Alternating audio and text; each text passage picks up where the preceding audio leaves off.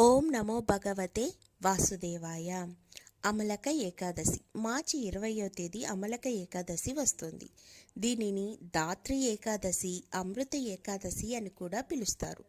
శ్రీ లక్ష్మీనారాయణుడు కుబేరుడు ఈరోజు ఉసిరిక చెట్టులో ఉంటాడు గనక ఉసిరి చెట్టు కింద ఈ వ్రతం ఆచరించిన వాళ్ళకి లక్ష్మీ అనుగ్రహం, కుబేరుని అనుగ్రహంతో పాటు విష్ణువు యొక్క విశేషమైన అనుగ్రహం పొందుతారు. అలాగే ఈరోజు ఏ దానం చేసినా గోదానం చేసిన ఫలితం అనేది లభిస్తుంది. అలాగే లక్ష్మీనారాయణులని ఉసిరిక చెట్టులో ఉన్నారు అని భావించి 13 చుట్లు గనక ప్రదక్షిణ చేసి పసుపు దారాన్ని 13 చుట్లు గనక వేసి ఆయనకి ఏదన్నా కోరిక మొక్కుకొని చిమ్మిలి, పాయసం, బెల్లం, పరమాన్నం ఇలా ఏదైనా ఆయనకి నైవేద్యంగా సమర్పించి ఒక తులసి దళాన్ని గనక సమర్పించినట్లయితే ఆయన ప్రసన్నుడై మన ప్రతి కోరికను నెరవేరుస్తాడు.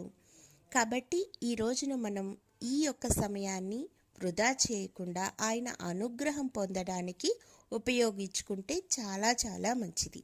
ధన్యవాదములు.